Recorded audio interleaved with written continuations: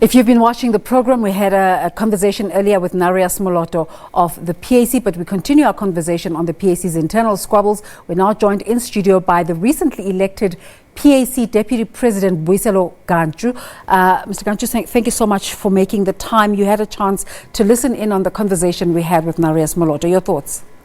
Yeah, thank you very much to you and your listeners. Yeah, I did listen attentively to what Mr. Moloto was saying. But as far as we are concerned, the issue around Mr. Moloto, it's a history now.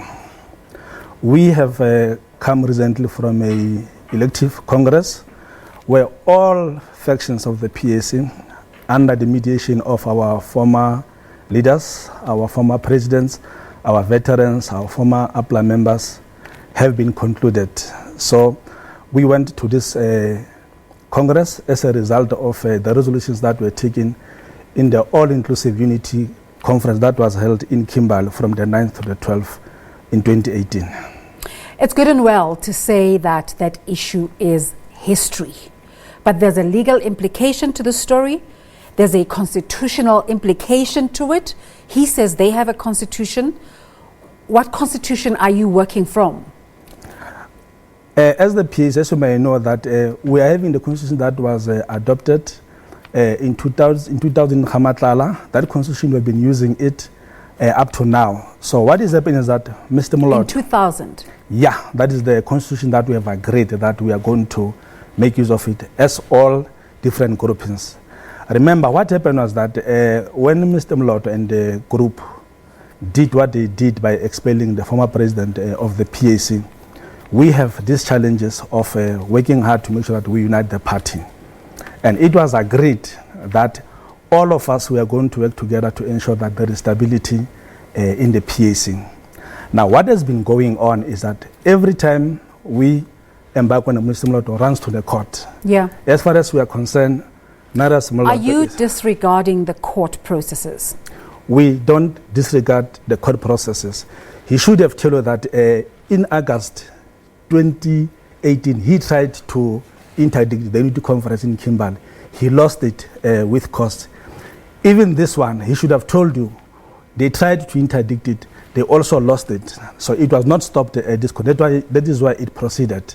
So we don't disregard the court process. But however, what we are saying is that the PAC belongs to its members. It does not belong to the courts. So now the ownership of the PAC now boils down to branding. Who owns the brand? Who owns the logo? Is that what it's come down to? According to Mr. Narias Moloto, that is what it has come to. As far as we are concerned, the PAC belongs to its rightful owners, who are the members. I can tell you now, you can go in all 9 provinces. You should take liberty to ask Mr. Moloto that he must show you any structure that supports him. You should have seen that when we had a funeral on Mama Sobo. Give us the numbers. Of what? The support, the numbers, the provincial representation. As you say now that he doesn't have any support. Yes, in all provinces, PAC under leadership is having structures in provinces. In terms of our current registered... But any person walking into a PAC office, how do they know which PAC is this? No, like I'm saying, we are from a Congress that was all-inclusive. You can even see here, when you went to the... Oh no, the Congress is well covered. But the thing is, we cover your conference, we cover his conference, his Congress. Yes. Which one is legitimate? I'm saying the Congress that we are coming from, it is the most... In Kimberley. It is the most legitimate Congress. Mr. Narias Moloto, I can tell you now, first, in all his congresses, you can ask him. He runs his election by himself. He is a president, he is a secretary, he is an organizer, he is the treasurer. You will never see anybody around. So why is the law recognizing him in that case? There is no that recognizes Mr. Moloto. You may have remembered, Mr. Mbinda was in parliament, am I right? And Narias Moloto tried to remove Mr. Mbinda from parliament. He spoke about it in the conversation. Yes, he did not succeed. As I'm talking to you now, he tried to put in somebody there. That person is not being taken, is not being sworn in even now, because that's how he thrives. You are saying the Lord does not recognize him, and he knows that very well. You cannot disregard that he's been winning the cases in court. Now, he must tell you the truth. He has been losing cases equally to in courts. I can show you the record of them. What needs to happen? Even recently, he lost 2 cases in Cape Town against the former president, Mr. Thando Mbinda. It is there on record. What needs to happen for the PAC to come back together? Do you have any regard whatsoever for the loyal PAC member? All the loyal PAC members are behind this leadership. Mr. Moloto, the only time he finds relevance in anything, it is when he's reacting to our own activities. You can go on record on that one, you know. So what we are saying is that, as far as we are concerned, Mr. Moloto, it's no longer the president of the PAC. Actually, he was never the president of the PAC. Have you registered to contest the coming elections in 29, and has the IEC accepted your application? Remember, the PAC by law, it is a registered party with the IEC. Now, there's no party that has been registered for now. Mr. Moloto says he is. No, he's not. He's lying. You can go to the IEC. I asked him, are you taking part in the elections? And he says, yes, we are, and my name will be on the ballot paper. No. Or my face will be on the ballot paper. No, let's put it right. We are going to take part in the upcoming election. As the PAC? Yeah, as the PAC. Whose face will be on the ballot paper? It will be the one of Mzwanele Nyonso, our new president. That's the one that's going to appear on the ballot paper. I don't have it right now, but what are the dates for the IEC in terms of when and how the parties can register? The closing date for the party registration in the IEC, it is the end of January. That is the How far are you in that process? We are already in process. We are already preparing. Even yesterday, we met with the SG and the other members. We are already preparing for the registration. And the IEC is in conversation with this PAC as a possible participant in the election next year? Yeah, already from yesterday, we have just communicated with the IEC. We're just going to make a follow-up with them with regard to that party, you know. So what I'm saying is that Mr. Moloto, that's why he runs to this, because as far as he's a media president, he's not the president of the members of the PAC. That's not entirely true. There are court processes he has won. How did he show you? We've covered them. We've covered them when they happened. Tell us about the PAC member who wants to vote for the PAC next year. There is such a need for clarity at this point, because we are good about 5 months away from that event happening. What does the PAC represent? What does your PAC represent? Look, in our Congress, we have resolved on few things that we are supposed to be advancing, we are supposed to be promoting the society. The first thing, we have stayed firm that we are going to raise the issue of the land question, sharply so. We An issue that used to belong to the realm of the PAC and definitely. It now doesn't anymore. Yes, and then we have just given a flash, and our members have impressed on us that we have to make sure that within a month's time we have put on all a comprehensive program around the land issue in South Africa. As you know, as the PAC, we stand for the restoration of the land to the African people. We don't do these things of expropriation of land that content. That is not the PAC stand. A similar message as Mr. Narius Moloto. When you were having Congress, was there a discussion at all about how do we deal with the Moloto matter? Because you can't disregard it. Let me make it easy for you. In the Unity Conference, as you can see on this, Mr. Moloto was here on the agenda. There were resolutions that were taken. There's a resolution, we call resolution number 3, that said that we should continue to engage everyone who is outside this Unity initiative. Why are the engagements not yielding results? Mr. Moloto should have told you, we did meet with Mr. Moloto ourselves and the current SG with their delegation. The thing is that Mr. Moloto wants to establish another faction with the then leadership led by Comrade Club, which we disagreed with them. That is why in the Unity Conference, Mr. Mpeti was there. Mr. Thando Mbinda was there. The very same Mr. Mpeti who they say has gone back to their fold.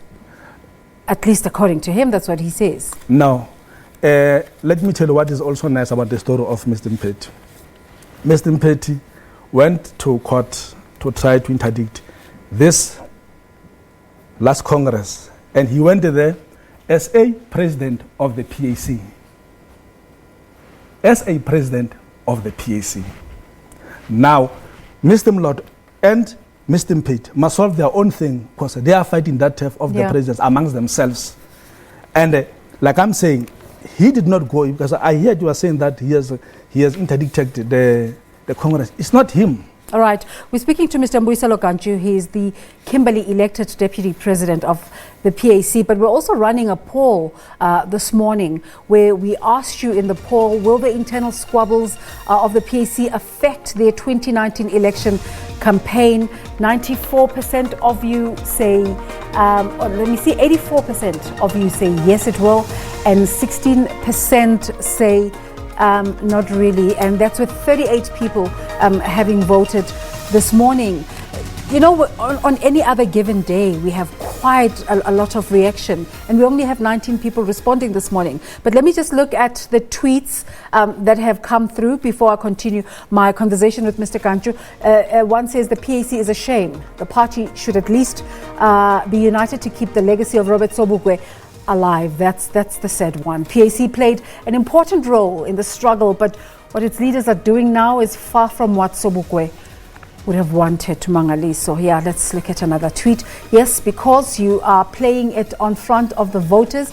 Anyway, may Robert Mangaliso Sobukwe rest in peace. EFF will never forget him.